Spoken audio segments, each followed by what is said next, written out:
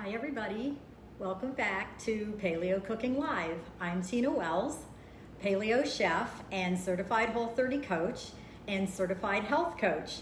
I'm working on that and we're getting closer every day. Today I wanted to show you some really fun Thanksgiving recipes that are healthy and might just change some of the traditions that you might currently be using. The first thing that I want to show you today is some sweet potatoes.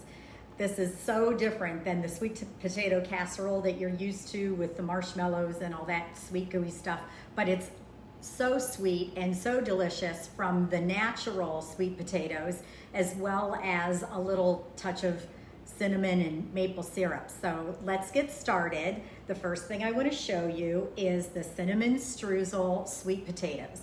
Now, first of all, I just want to talk about some of the ingredients that I'm using today. I am very fond of white sweet potatoes. As you know, this is a Marisuki sweet potato. It has a purple skin, but the flesh inside is white. It's not considered a nightshade. Nightshades have anti-nutrients that are difficult to digest. Regular white potatoes would be considered a nightshade. So this kind of gives you a little more nutrients when you use a potato like this, as well as if you have any digestive issues from regular white potatoes, you can use this instead. This is another white sweet potato. This is a very small version of a Hannah potato. Typically I get these very large, but the store didn't have a lot of big ones this week, so you kind of get what you can. We're going to use these in our root vegetable mash along with the Marisukis and a parsnip. I love root vegetables. I slice these up and I put them in my French fry, baked fry mix. I'm gonna add them to the root vegetable mash today. And this, of course, as you know, is a regular, what you're most familiar with, orange sweet potato or yam. This is actually a garnet, so it looks a little orangier than the typical orange sweet potato. So let's get started. I'm doing a sweet potato streusel casserole for you.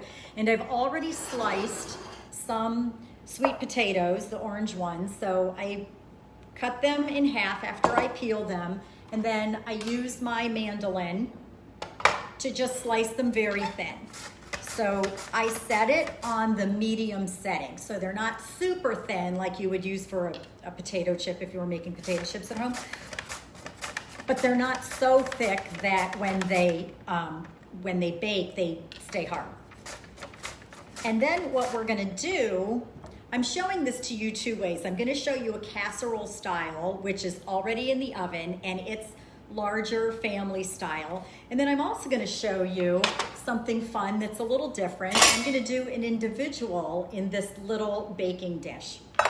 I love these little baking dishes. I have these stainless ones, and then I also have cast iron ones.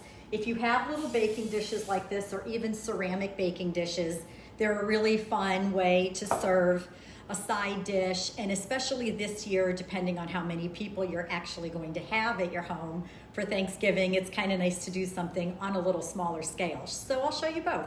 What I just did while I was talking was sprayed this pan with a little bit of ghee spray. I like to use ghee or avocado oil. As you know, try to stay away from the seed oils and the processed oils, so no canola.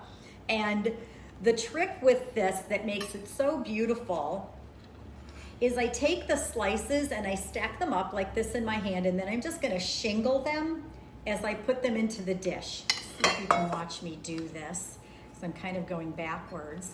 I'm gonna go around the outside edge of the dish.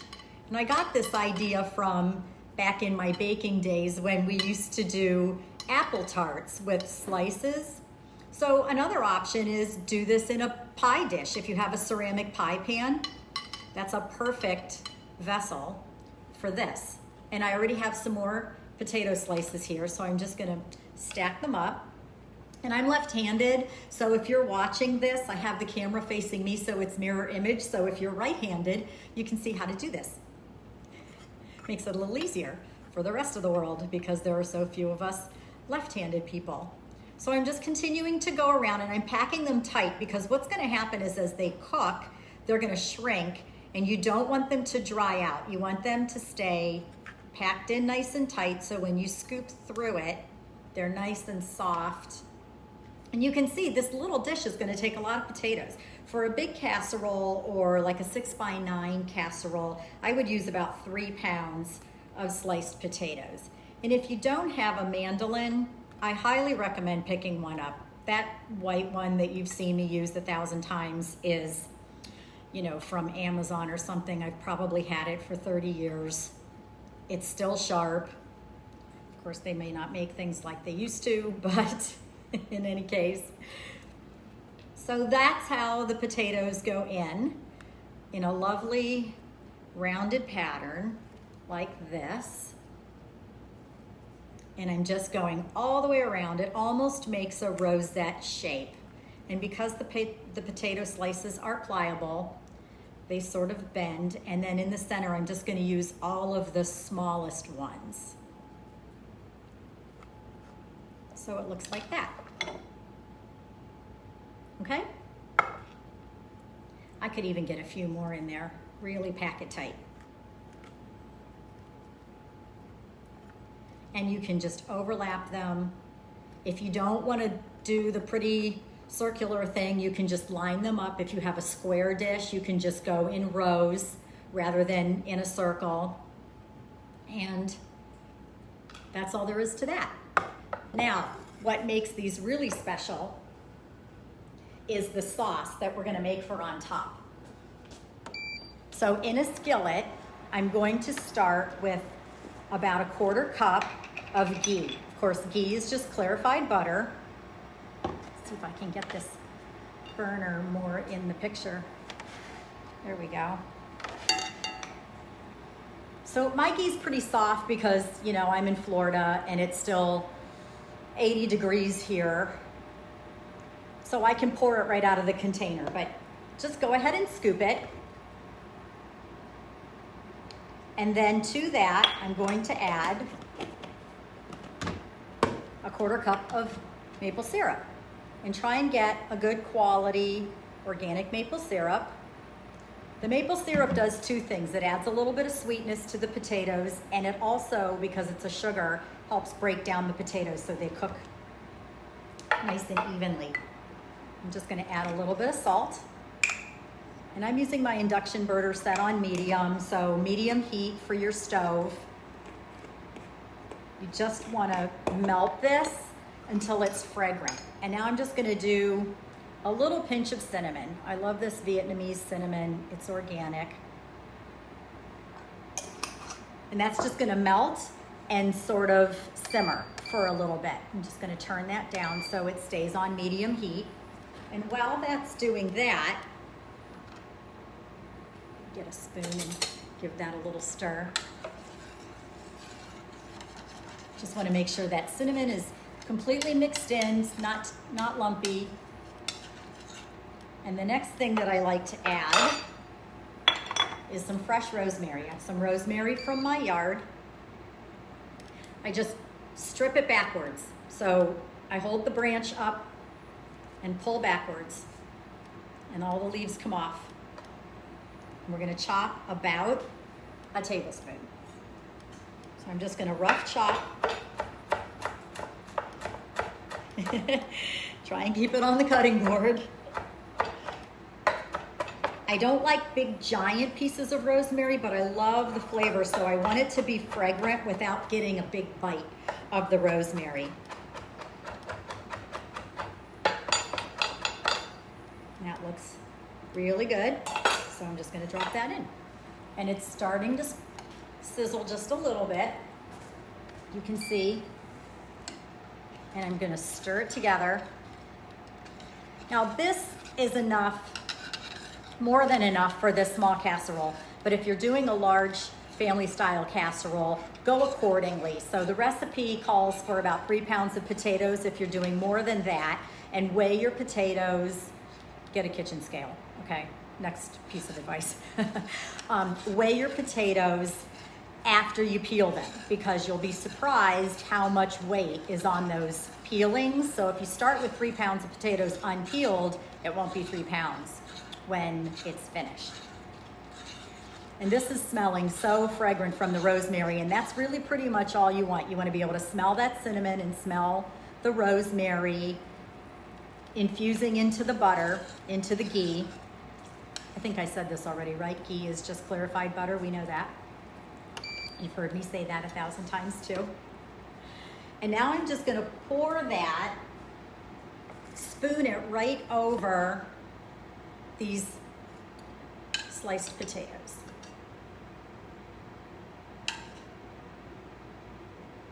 And if you have a big casserole, you can just pour it right on. I'm trying to not make a mess like I usually do. And I'm just looking for them to look really saturated. And if it looks like you need more of this sauce, go back and make a little more sauce. This isn't an exact science. This is all kind of what looks good. And the other trick that I like to show is use a pastry brush. This is just a silicone bristle pastry brush, and I'm just gonna kind of dab in between the slices to make sure that it all got in there, because you want it to be, since you pack the potatoes so tight, you want them to be really moist throughout the baking process. They will get a little crispy on the top, which is kind of what we're going for, but you want the middle to be soft. So I'm gonna put these in the oven, and then I'll pull out the other casserole so you can see what they look like finished. I'll be right back. Actually, you can follow me now that I have my robo camera. Just gonna put these in the oven for about 45 minutes uncovered, and then another 45 minutes covered. Again, gauge your baking time by the size of your casserole. That small one probably won't need as much time as a larger one would. So this is what it looks like finished. You can see they've cooked down and they've gotten a little crispy on the top, but they're nice and soft, okay? Now we're gonna make the streusel topping. Let me grab the ingredients. I have a half a cup of walnuts and a half a cup of pecans. And I have some tapioca flour. The thing I love about this recipe is it's a streusel, but it's grain-free. So again, we're gonna start with the ghee and the maple syrup. And we're gonna put that right into our skillet, just like we did before. Again, about a quarter cup. So you can see you're getting a good dose of healthy fat from this recipe as well. And I'm just going right back into the same pan because let's be honest, it's the same dish. We're not contaminating anything. And the quarter cup of maple syrup again. It's basically starting over.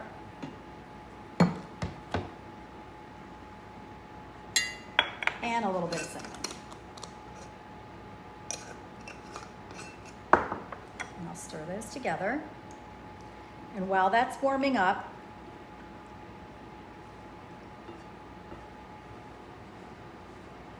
I'm gonna put the half a cup of walnuts, which I just rough chopped with a knife. If you have a food processor and you wanna chop them that way, if you wanna buy them already chopped, you can do that. I buy all the nuts in bulk that I use whole, and then I can cut them to whatever I want them to be. Just gonna turn that down a little bit. It's sizzling. And then I'm just gonna dust them with about 2 tablespoons of tapioca starch. And I might not need all of it, so I'm adding about a tablespoon. I'm gonna stir it around. I just like to kind of make sure they're really dusted all the way through. You can see they have nice coating. And now I'm just gonna add those to this butter mixture.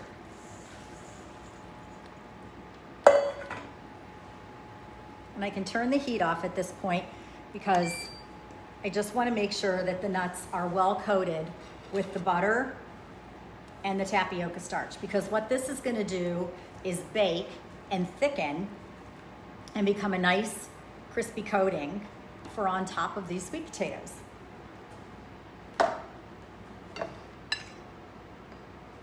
So now I'm just gonna pour this nut mixture all over the top of the sweet potatoes.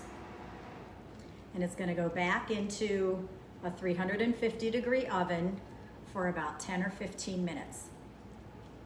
Now, if you wanted to do this in advance, you could take it as far as the baked sweet potatoes, throw them in the fridge if you're doing them the day before, or even the freezer if you want to do them the week before.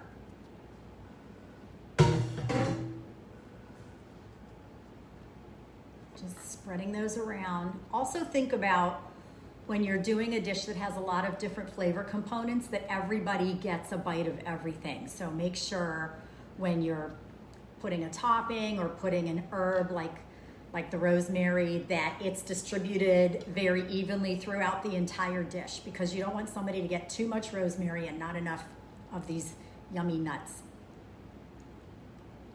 So that's that. See how easy that was? Thanksgiving prep does not have to be a big deal. Grab my hot pads and put this back in the oven for 10 minutes, and then we'll check it and see how it looks finished. Looks delicious already, right?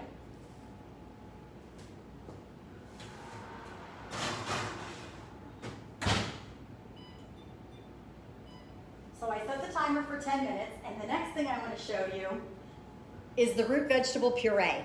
What I have here are the white sweet potatoes, the Hannahs and the Murasakis, and then I also have one of those giant parsnips, and they're all diced up to about a 1/2 inch dice so they can cook evenly, and I just boiled them in some salted water with 2 garlic cloves. The thing I like about adding the garlic is it doesn't really give it a garlicky flavor, but it helps mellow out the sweetness of the potatoes. So if you're doing it for a dietetic reason, it's still gonna kind of resemble a regular white potato in terms of flavor. It's not gonna be super sweet. But let's face it, these are fun if they're sweet or not sweet. And also you can add some orange potatoes and just make it a really fun root vegetable mix.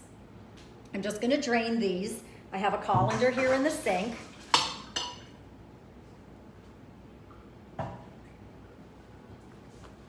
And I have my KitchenAid set up here. This is my old Bessie.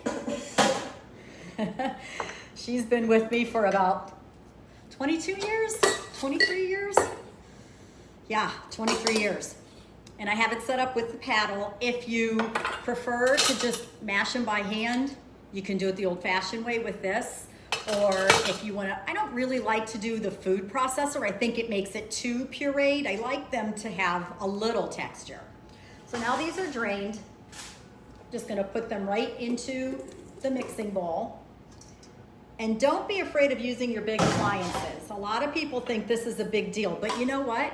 It's a bowl and a utensil, just like if you were doing it in a bowl, a regular mixing bowl with the potato masher or a different utensil. So don't think about it like, you know, this is a big deal to break out the mixer. The mixer is your friend, and when you use your appliances properly, you can save yourself so much time and have much more consistent recipes from time after time. So now I'm just going to turn these on low. And of course I'm going to season with some salt. It's about a tablespoon.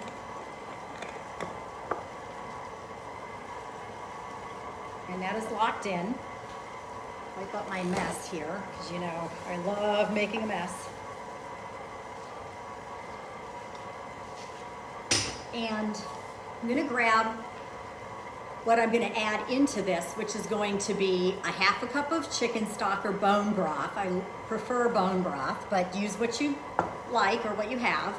And a 1/2 cup of coconut milk and a tablespoon of ghee. So I'm adding the ghee first because I want it to melt right in and get really well distributed. That might be 2 tablespoons. Nothing wrong with a little extra butter flavor in the mashed potatoes.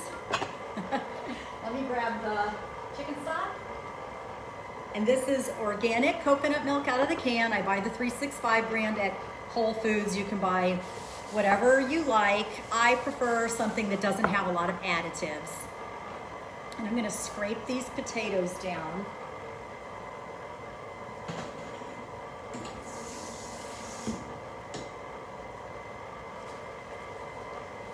Because they're up on the sides and I want everything to get mixed in and distributed. And they're breaking down already. You can see how they're breaking down and getting nice and smooth already. And I only added the ghee and the salt so far. And I like to, in my KitchenAid, make sure I go under the paddle or whatever attachment I'm using so that nothing is stuck to the bottom of the bowl. I'm gonna go back on low again and add the coconut milk. And the wonderful thing about this root vegetable mix is it's completely dairy-free. The ghee has the fat solids removed. We're using coconut milk instead of milk or heavy cream. And a half a cup. If you want to keep it completely vegan, use the vegetable stock instead of the chicken stock. I love the Kettle and Fire chicken stock. I'm just going to add that right in. And now I'll turn the top. Oh, there we go. Turn the speed up just a little bit so that it'll puree and all blend together. And I do like to periodically stop and scrape the bowl down.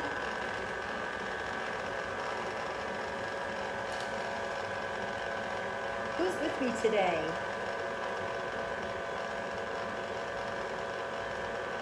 So glad that everyone's finding these videos helpful as you try Whole30 or venture into paleo. As you know, I've been doing it for quite some time and I have seen the health benefits, and quite frankly, I haven't missed anything. I don't feel like I'm missing out on any of the foods that I used to eat. This is almost there. You can see they're getting nice and smooth. I'm just scraping the bowl down. I'm gonna give it one more pass.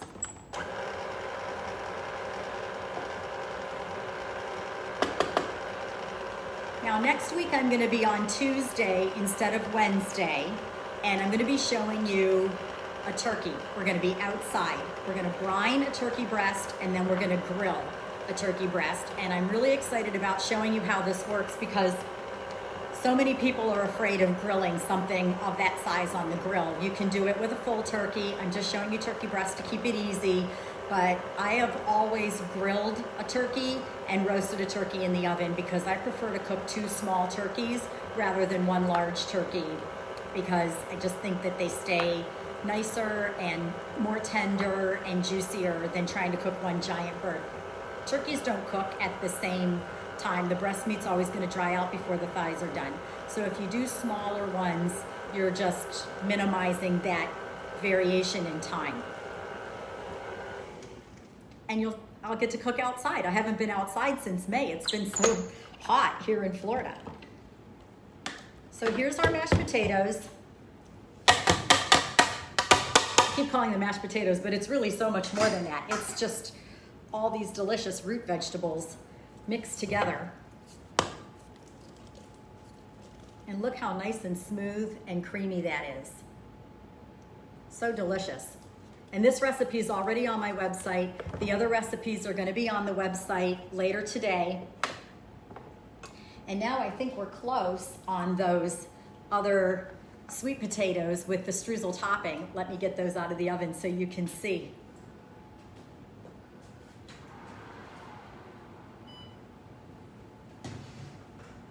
Oh, and they smell so delicious. These might need a couple extra minutes, but I just want you to see how they are before we go.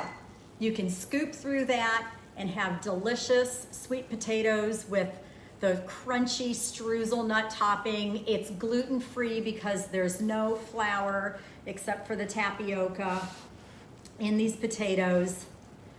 And it's a really fun new twist on sweet potatoes instead of that other sweet potato casserole with the marshmallows on top.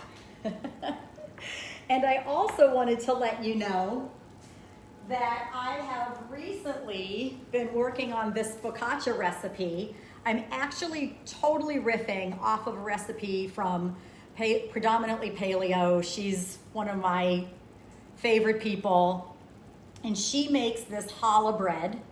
I've taken the challah bread recipe and adapted it to focaccia dough, and this has caramelized onions and bacon bits on top. It's a really fun thing to have with your Thanksgiving if you want to serve bread but you want grain-free. This is totally grain-free. And I'm going to cut up a little piece right now so you can see. I mean, I baked bread for a long time when I was in the kitchen, and look at the structure and the texture of this bread. Would you know that it's tapioca and potato starch and a little psyllium husk? It has yeast. You have to let it rise. It gets a beautiful crust. I used to work at a restaurant in Ohio that was famous for the caramelized onion focaccia bread, and I think I've gotten really close with this one. You're going to want to try it. The texture is fluffy. No one would know that this isn't really,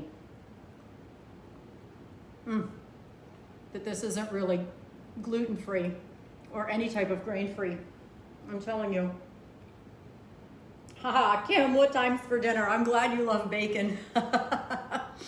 My friend Kim, who's with us today, was just on Shark Tank and got a fabulous deal with Damon. So go watch the replay of that too. This is it for me, guys. Make sure that you give this potato recipe a try, actually both the potato and the root vegetables, and surprise your friends and family with a little bit of grain-free focaccia bread. Next week, be sure to join me on Tuesday so I can cook you a turkey on my grill, okay? Have a fabulous week. See you next week. Mwah. And now my robo camera's gonna follow me so I can turn you off and say goodbye. Goodbye.